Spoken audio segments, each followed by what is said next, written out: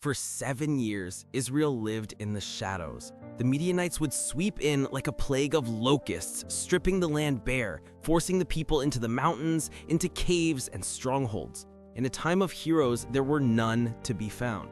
Instead, there was a man named Gideon, hiding, not in a cave, but in a wine press, secretly threshing his family's wheat where the raiders wouldn't think to look. He was a man defined by his caution, and it was there, in that place of fear, that a voice called him a mighty warrior. Gideon scoffed. If God was with them, where was the proof? He demanded a sign, then another. He laid a wool fleece on the ground, asking for it to be soaked with dew, while the earth around it remained bone dry. It happened. Still doubting, he asked for the reverse, a dry fleece on dew-drenched ground. And when that happened too, the time for doubt was over. He sounded the call to arms.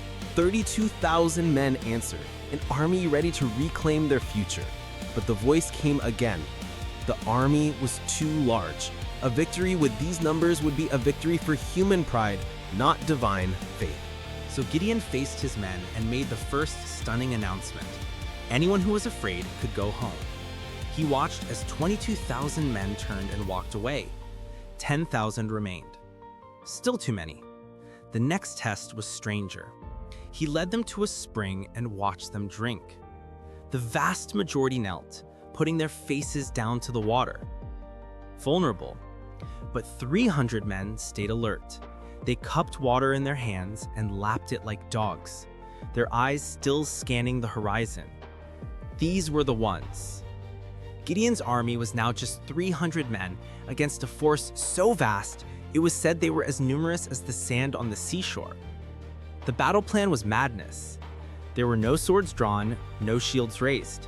Instead, each of the 300 was given a ram's horn, a clay jar, and a torch to hide inside it. They were an army of potters and musicians. In the dead of night, they took their positions, forming a circle around the sleeping Midianite camp. Gideon raised his own horn. On his signal, a terrifying sound shattered the silence. 300 horns blasted in unison. 300 clay jars were smashed on the ground. 300 torches flared to life, piercing the darkness from every direction. And 300 voices roared a single cry. A sword for the Lord and for Gideon. The effect was pure terror. Waking to the noise and a ring of fire, the Midianites assumed they were surrounded by a colossal army. Panic turned to chaos. In the confusion, they drew their swords not on the Israelites, but on each other. The victory was absolute, won not by fighting, but by faith and fear. Gideon, the man who once hid in a winepress, was hailed as a king. They offered him a crown, a dynasty. He refused. "The Lord will rule over you," he declared, a perfect testament to the battle's lesson. But the story doesn't end there. In the victory's golden afterglow, Gideon asked for a share of the spoils. From the golden earrings of the defeated, he crafted a sacred ephod. And the very people he had saved turned their eyes to this new glittering thing. They began to worship it. The man chosen to tear down idols ended up creating a new one. The impossible victory, meant to prove that their strength came from faith alone, ultimately became the source of their return to faithlessness.